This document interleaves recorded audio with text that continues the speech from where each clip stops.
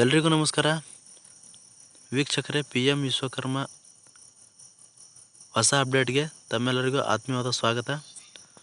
ವೀಕ್ಷಕರೇ, ಈ ಒಂದು PM ವಿಶ್ವಕರ್ಮ ಯೋಜನೆಗೆ ಯಾರೆಲ್ಲ ಅರ್ಜಿ ಸಲ್ಲಿಸಿದ್ರೆ ಅಂಥವರು ಒಂದು ಸ್ಟೇಟಸ್ ನೋಡೋದಾಗಿರ್ಬೋದು, ಅಥವಾ ಈ ಒಂದು ಅರ್ಜಿ ಸ್ಥಿತಿನ ತಿಳಿಯೋದಾಗಿರ್ಬೋದು,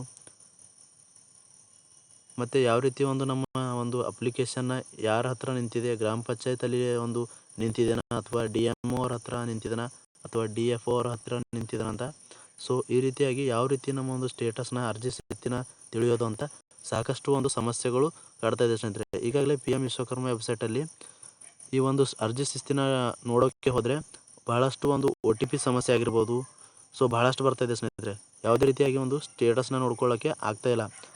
ಅದಕ್ಕಾಗಿ ಯಾವ ರೀತಿ ಈ ಒಂದು OTPನ ಎಷ್ಟು ಎರಡು ಸಾರಿ ಅಥವಾ 3 ಬಾರಿ ಹಾಕಿದರೂ ಕೂಡ ಈ ಒಂದು PM ವಿಶ್ವಕರ್ಮ ಯೋಜನೆ ಒಂದು ಬೆನಿಫಿಷರಿ ಒಂದು ಲಾಗಿನ್ನ ಓಪನ್ ಆಗ್ತಾ ಇಲ್ಲ. ಅದಕ್ಕಾಗಿ ಯಾವ ರೀತಿ ಒಂದು ಬೇರೆ ವಿಧಾನದ ಮೂಲಕ ಯಾವ ರೀತಿ ಈ ಒಂದು PM ವಿಶ್ವಕರ್ಮ ಯೋಜನೆ ಒಂದು ಸ್ಟೇಟಸ್ನ ಚೆಕ್ ಮಾಡ್ಕೊಳ್ಳೋದು ಅಂತ ಈ ವಿಡಿಯೋದಲ್ಲಿ ಸಂಪೂರ್ಣವಾಗಿ ತಿಳಿಸ್ಕೊಡ್ತೀನಿ. ಯಾರು ಕೂಡ ಮಿಸ್ ಮಾಡದೆ ಈ ವಿಡಿಯೋನ ಕಡೆಯವರೆಗೂ ನೋಡಿ ಅಂತ ಹೇಳ್ತಾ ಬನ್ನಿ ಸ್ನೇಹಿತರೆ, ವಿಡಿಯೋನ ಸ್ಟಾರ್ಟ್ ಮಾಡೋಣ.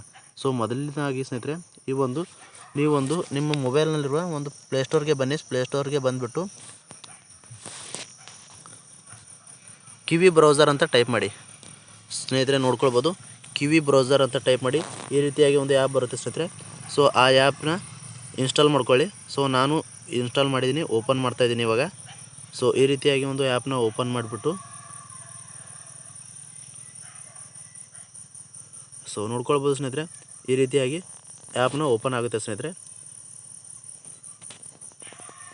ಸರ್ಚ್ ಬಾರಲ್ಲಿ PM ವಿಶ್ವಕರ್ಮ ಅಂತ ಟೈಪ್ ಮಾಡಿ ಸ್ನೇಹಿತರೆ. ಈ ರೀತಿಯಾಗಿ ಒಂದು PM Vishwakarma official website open ಆಗುತ್ತೆ. ಈ ರೀತಿಯಾಗಿ ಓಪನ್ ಆದ ನಂತರ ಇಲ್ಲಿ ನೋಡ್ಕೊಳ್ಬೋದು,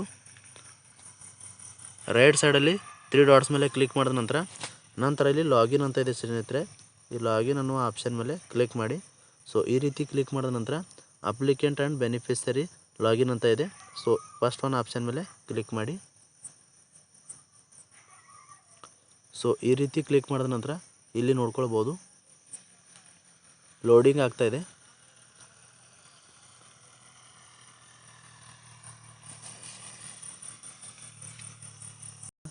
ಈ ಥರ ಒಂದು ಪೇಜ್ ಓಪನ್ ಆಗುತ್ತೆ.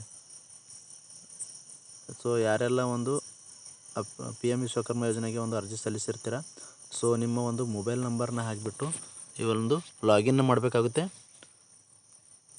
ಇಲ್ಲ, ನಾನು ಮೊಬೈಲ್ ನಂಬರ್ನ ಹಾಕ್ತಾಯಿದ್ದೀನಿ.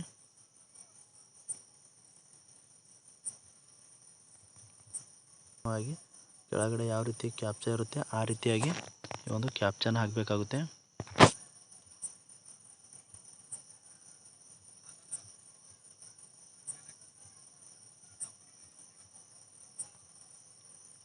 ನಾವೊಂದು ಸಂಪೂರ್ಣವಾಗಿ ಒಂದು ಕ್ಯಾಪ್ಚಾನ ಹಾಕಿದ್ದೀನಿ. ಈ ರೀತಿಯಾಗಿ ಕ್ಯಾಪ್ಚಾ ಹಾಕಿದ ನಂತರ ಲಾಗಿನ್ ಆಪ್ಷನ್ ಮೇಲೆ ಕ್ಲಿಕ್ ಮಾಡಿ.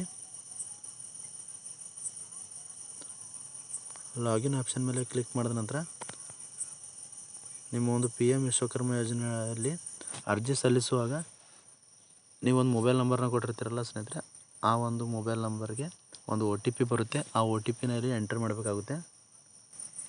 ವೀಕ್ಷಕರೇ, ನೋಡ್ಕೊಳ್ಬೋದು, ಈ ರೀತಿಯಾಗಿ ನಿಮ್ಮ ಒಂದು ರಿಜಿಸ್ಟರ್ ಮೊಬೈಲ್ ನಂಬರ್ಗೆ ಒಂದು OTP ಬರುತ್ತೆ. ಆ OTPನಲ್ಲಿ ಎಂಟರ್ ಮಾಡಿಬಿಟ್ಟು ಕಂಟಿನ್ಯೂ ಅನ್ನೋ ಆಪ್ಷನ್ ಮೇಲೆ ಕ್ಲಿಕ್ ಮಾಡಿದ ನಂತರ ಕಂಟಿನ್ಯೂ ಆಪ್ಷನ್ ಮೇಲೆ ಕ್ಲಿಕ್ ಮಾಡಿದ ನಂತರ ಈ ರೀತಿಯಾಗಿ ಸ್ನೇಹಿತರೆ ನಿಮ್ಮ ಒಂದು ಅಪ್ಲಿಕೇಶನ್ನ ಈ ಒಂದು ಸ್ಟೇಟಸ್ನ ನೋಡ್ಕೊಳ್ಬೋದು. ಈ ರೀತಿಯಾಗಿ ಈ ವಿಧಾನದ ಮೂಲಕ ನೀವೊಂದು PM ವಿಶ್ವಕರ್ಮ ಯೋಜನೆಗೆ ಅರ್ಜಿ ಸಲ್ಲಿಸಿರುವವರು ಈ ರೀತಿಯಾಗಿ ನಿಮ್ಮ ಅರ್ಜಿ ಸ್ಟೇಟಸ್ನ ಯಾವ ಮಟ್ಟದಲ್ಲಿ ನಿಮ್ಮ ಒಂದು ಅರ್ಜಿ ಸ್ಥಿತಿನ ಇದೆ ಅಂತ ತಿಳ್ಕೊಳ್ಬೋದು ಸುಲಭವಾಗಿ. ಈ ಒಂದು ವಿಡಿಯೋನ PM ವಿಶ್ವಕರ್ಮ ಒಂದು ಅಪ್ಡೇಟ್ ಆಗಿತ್ತು ಸ್ನೇಹಿತರೆ. ಈ ಮಾಹಿತಿ ತಮಗೆ ಉಪಯುಕ್ತವಾಗಿದ್ದರೆ ನಮ್ಮ ಚಾನಲ್ನ ಸಬ್ಸ್ಕ್ರೈಬ್ ಮಾಡಿ ಅಂತ ಹೇಳುತ್ತಾ, ವಿಡಿಯೋ ನೋಡಿದ್ದಕ್ಕಾಗಿ ತಮ್ಮೆಲ್ಲರಿಗೂ ಹೃದಯಪೂರ್ವಕ ವಂದನೆಗಳನ್ನು ಸಲ್ಲಿಸ್ತಾ ಎಲ್ರಿಗೂ ಧನ್ಯವಾದಗಳು.